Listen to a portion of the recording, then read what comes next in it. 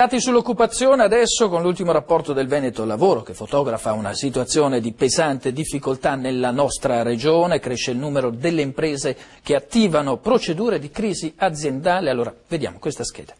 Veneto non regge. Ogni mese sono 200 ad alzare bandiera bianca, 200 imprenditori che sono costretti ad arrendersi alla crisi che da 5 anni non dà tregua.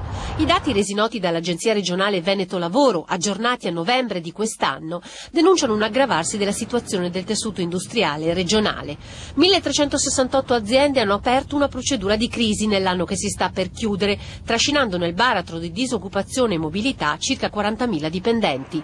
Il numero è in continua crescita rispetto allo scorso anno e agli anni precedenti e aumentano anche le imprese cosiddette esordienti. Sono 826 le neofite nella lista, quelle che per la prima volta segnalano difficoltà a preservare l'occupazione.